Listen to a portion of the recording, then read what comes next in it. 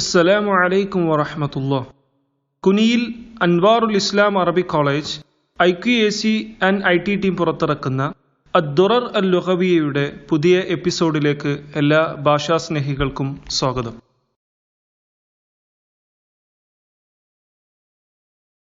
ഈ എപ്പിസോഡിൽ നാം പരിചയപ്പെടുന്നത് അൽ-അഫ്ആലുൽ ഖംസ അഥവാ 5 ക്രിയാരൂപങ്ങളെ സംബന്ധിച്ചാണ്.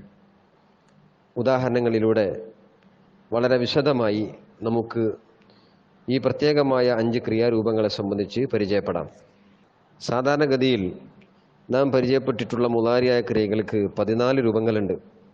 ഉദാഹരണമായി പറഞ്ഞാൽ യദ്ഹബു, അത് നമ്മൾ സർഫാക്കുമ്പോൾ യദ്ഹബു, യദ്ഹബാനി, യദ്ഹബൂന, തദ്ഹബു, തദ്ഹബാനി, യദ്ഹബന, തദ്ഹബു, തദ്ഹബാനി, തദ്ഹബൂന, തദ്ഹബീന, തദ്ഹബാനി, തദ്ഹബന, അദ്ഹബു, നദ്ഹബു.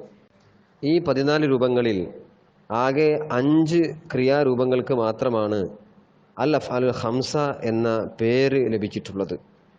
അവ ആദ്യമായി നമുക്ക് പരിചയപ്പെടാം. യദ്ഹബാനി, തദ്ഹബാനി, യദ്ഹബൂന, തദ്ഹബൂന, തദ്ഹബീന. ഇനി നമുക്കൊരു ജുംലയിൽ ഇവ എങ്ങനെ ചേർത്തു പറയാമെന്ന് ശ്രമിച്ചു നോക്കാം. അൽ വലദാനി യദ്ഹബാനി, അൻതുമാ തദ്ഹബാനി, അൽ ഔലാദു യദ്ഹബൂന, അൻതും തദ്ഹബൂന, അൻതി തദ്ഹബീന. യഷ്തഗിലു എന്ന മുളാരിയായ ക്രിയാരൂപത്തിൻ്റെ ഈ 5 രൂപങ്ങളൊന്ന് പറഞ്ഞു നോക്കൂ.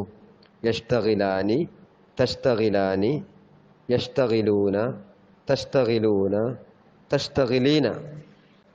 മുളാരിയായ ക്രിയയുടെ ഈ 5 രൂപങ്ങളിൽ നിന്നും എന്താണ് അൽ അഫ്ആലുൽ ഖംസ എന്നതിൻ്റെ നിർവചനം നമുക്ക് മനസ്സിലാക്കാവുന്നതാണ്.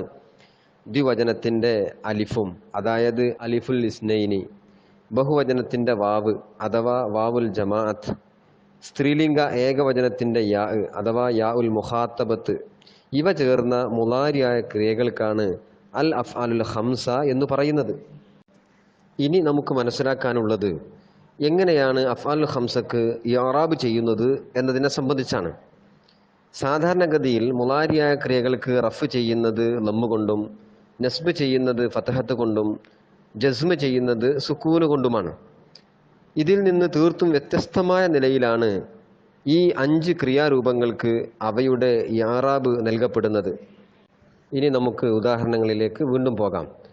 അൽ വലദാനി യദ്ഹബാനി, അൻതുമാ തദ്ഹബാനി, അൽ ഔലാദു യദ്ഹബൂന, അൻതും തദ്ഹബൂന, അൻതി തദ്ഹബീന. ഈ ഉദാഹരണങ്ങളിലെല്ലാം തന്നെ രണ്ടാമത്തെ പദമായി സംഭവിച്ചിട്ടുള്ളത് അഫ്ആലുൽ ഖംസകളാണ്. റഫ്ഇൻ്റെ സ്ഥാനത്താണ് അവയെല്ലാം സംഭവിച്ചിട്ടുള്ളത്. എന്നാൽ റഫ്ഇൻ്റെ അടയാളമായ ലമ്മത്ത് കാണുന്നുമില്ല. അഫ്ആലുൽ ഖംസക്ക് റഫ്അ ചെയ്യുന്നത് ലമ്മത്ത് കൊണ്ടല്ലെന്നും മറിച്ച് ബി സുബൂത്തിൻ നൂനി, നൂനിനെ സ്ഥിരപ്പെടുത്തിക്കൊണ്ടാണെന്നും നമുക്ക് മനസ്സിലാക്കാവുന്നതാണ്. എന്നാൽ അഫ്ആലുൽ ഖംസക്ക് നസ്ബും ജസ്മും ചെയ്യുന്നത് അവസാനത്തിൽ നിന്ന് നൂനിനെ കളഞ്ഞുകൊണ്ടാണ്, അതായത് ബി ഹദ്ഫിൻ നൂൻ. ഉദാഹരണങ്ങളിൽ നിന്ന് നമുക്ക് മനസ്സിലാക്കാം. അൽ വലദാനി ലം യദ്ഹബാ, അൻതുമാ ലം തദ്ഹബാ, അൽ ഔലാദു ലം യദ്ഹബൂ, അൻതും ലം തദ്ഹബൂ, അൻതി ലം തദ്ഹബീ. നസ്ബിൻ്റെ സ്ഥാനങ്ങളെക്കുറിച്ച് നമുക്ക് മനസ്സിലാക്കാം. അൽ വലദാനി ലൻ യദ്ഹബാ, അൻതുമാ ലൻ തദ്ഹബാ, അൽ ഔലാദു ലൻ യദ്ഹബൂ, അൻതും ലൻ തദ്ഹബൂ, അൻതി ലൻ തദ്ഹബീ. ഇവയിൽ നിന്നും അഫ്ആലുൽ ഖംസക്ക് നസ്ബ് ചെയ്യുന്നതും ജസ്മ് ചെയ്യുന്നതും അവസാനത്തിൽ നിന്ന് നൂനിനെ കളഞ്ഞുകൊണ്ടാണ് എന്ന് മനസ്സിലാക്കാൻ കഴിയും. ചുരുക്കത്തിൽ അഫ്ആലുൽ ഖംസക്ക് റഫ്അ ചെയ്യുന്നത് നൂനിനെ അവസാനത്തിൽ സ്ഥിരപ്പെടുത്തിക്കൊണ്ടും, നസ്ബും ജസ്മും ചെയ്യുന്നത് നൂനിനെ അവസാനത്തിൽ നിന്ന് കളഞ്ഞുകൊണ്ടുമാണ്. അടുത്ത എപ്പിസോഡിനായി കാത്തിരിക്കുക. വസ്സലാമു അലൈക്കും വറഹ്മത്തുള്ളാഹി വബറകാതുഹു.